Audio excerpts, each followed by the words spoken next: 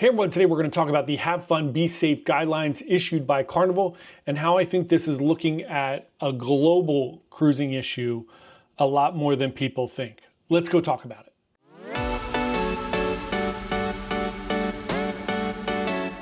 Hey everyone, John here from Byte Cruises. Welcome to our channel. If you are new here, thanks so much for coming to check us out. We're a travel agency. Our goal here is to give you the best information possible about cruising so you can plan and go on an amazing cruise vacation. We're in the new office here. It's not perfectly set up yet, but we're getting there. It's not like my home little bedroom studio, which is nicer. But today we're going to talk about the Have Fun, Be Safe guidelines issued by Carnival. I've been watching a few of the kind of cruise commentators, influencers, YouTubers, cruise tubers talking about this. Tony from La Lita Loca had a great kind of funny view on it, which, you know, Tony takes a funnier view on things about the babyfication of it, the babying of guests. And I kind of agree with it. I agree that it's babying your guests and it's kind of treating everyone under this large lens. And I think this is what happens when you don't enforce the rules and then you get all the way to this point where it's become a massive issue, where it's this PR thing. And one of the things I noticed on my last Icon cruise, if you've watched any of my Icon review or any of my vlogs, I had an amazing time on Icon. It's my favorite cruise ship of all time now. The entertainment, the food, everything's incredible. The behavior of people that I've seen on that cruise, on my last Royal cruise on Independence, and some of my other cruises this year, is leading me down the path of these issues that are not just Carnival issues. I don't know that they ever were just Carnival issues. I know they get a lot more mileage on Carnival, and I think that behavior was tolerated way too much on Carnival. But now I'm seeing it kind of prevalent on all the cruise lines, somewhat. Some cruise lines will say something, which is good, but we talked about it before. Bad behavior that is not put into check or curbed is ruining the experience for everyone else. And no matter how good your customer service is, and I think Royal Caribbean and Carnival and all these other cruise lines, I think they have amazing customer service. When your customer service refuses to address issues because they don't want conflict, you no longer have good customer service because you're letting those few bad apples spoil the entire ship. Not only is it reinforcing and teaching other people bad habits, but it's also now ruining everyone else's time because people hyper-focus on those things. I know I hyper-focus on them. I shouldn't care. It's none of my business. I should just keep it moving. But it bothers me. Not to the point where I'm going to say something probably, but it does bother me. Anyway, we all know the issues, right? Carnival has had this ongoing issues with fighting, with marijuana use, drug use, just people behaving poorly, these portable fans that are now an issue apparently, which I really didn't understand until I really dug into that, with people playing loud music, using walkie-talkies, using Bluetooth speakers. It's just all around poor behavior, and vaping and smoking in places where people shouldn't. Vaping in particular, I don't think people are that brazen with smoking mostly. I think they still do it on balconies and stuff, which isn't good at all. It's terrible. So let's get into this. First, I want to read you the letter that Carnival is putting on people's little desks when they get into the room, and Tony nailed it. He said, how many times do you get into the room and read things? Most people don't. Most people look and see if it's important, then they crumble it up. But I'm going to go through this because I think it's an important little note, and I think it addresses a lot of problems, but it's not addressing them the right way. So let's talk about it.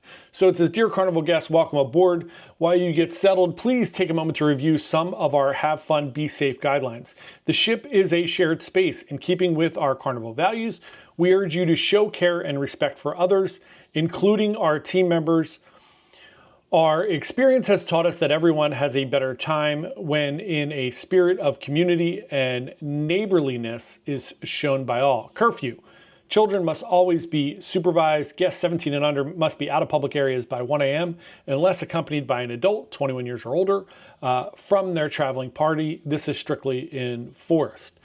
Guest corridors. Please refrain from running and making noise, including shouting, screaming in the hallways, since doing so disrupts other guests and who may be resting or sleeping in their staterooms. Personal devices. For safety purposes, public announcements must be heard by all guests and crew. Consequently, guests must use earphones when listening to music or watching shows, movies on personal devices, such as mobile phones, tablets, and laptops in public spaces. All speakers and radios are prohibited and will be confiscated. Handhold fans and beverages. For safety reasons, handhold fans are not permitted in the nightclub or any indoor dance floor. In addition, beverages are not allowed on any dance floor. I'll go through each of these in a minute because I have thoughts. Illegal narcotics. Marijuana, including cannabis and its derivatives like CBD and other illegal substances, are unlawful and strictly prohibited on board. Do not attempt to purchase or use any illegal substances ashore, as you may be arrested and not allowed back on board. Smoking of any kind in undesignated areas such as staterooms, balconies is strictly prohibited. Smoking violations and any willful or negligent act of discharging or releasing any unauthorized items overboard will result in a $500 charge per violation. Additionally, reimbursement costs for damaged or destroyed Carnival property will be posted on the guest sale and sign account. Any guest who violates these policies or whose conduct affects the comfort, enjoyment, safety, or well-being of any other guest or crew will be fined, disembarked at their own expense, and banned from sailing on Carnival in the future. The ship's leaders and I are dedicated to your safety and making sure everyone on board feels welcome under the have fun and be safe guidelines. Blah, blah, blah, blah, right? So that's it. I'm going to go through these and talk about what I've seen lately and why I think they're sending this out and how I think it might not be the best approach. One, curfew. Whatever, it happens. To me, this is probably the least of the issues and priorities. I don't see this a ton on most cruise lines.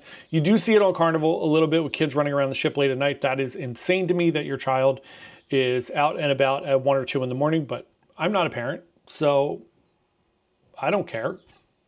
If your kids are quiet, I really don't care at all. If they're sitting in one of the areas and they're really peaceful and quiet, it's the least of my worries. However, I get it. There's a curfew. It could cause issues. There are issues with drinking, different things that go on. So I totally understand that. Guest corridors, that is a huge issue. It's a huge issue on most cruise lines when you are late at night and people are running up and down the hallways, making lots of noise, banging. I don't think most people realize how thin the rooms are unless you're in the room. But if you're out at 3 in the morning, you don't care. So that's an issue. Personal devices, this is one of the banes of my existence.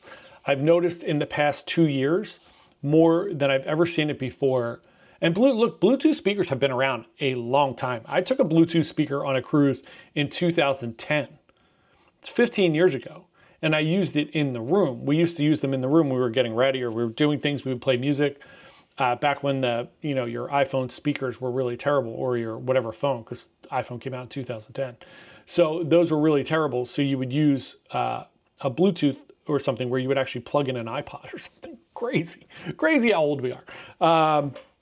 So seeing people now, the biggest thing is I went special dining on MSC on Meraviglia, and people brought their kids in to Ocean Key, which is a beautiful restaurant, and propped up an iPad at full volume. And the kids watching like cartoons and stuff, and they're just eating their dinner, not caring about anyone else. It's entitlement at its peak, at its purest.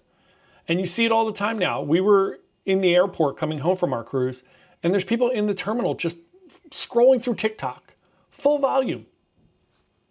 No one cares. And you see it all over the cruise ship.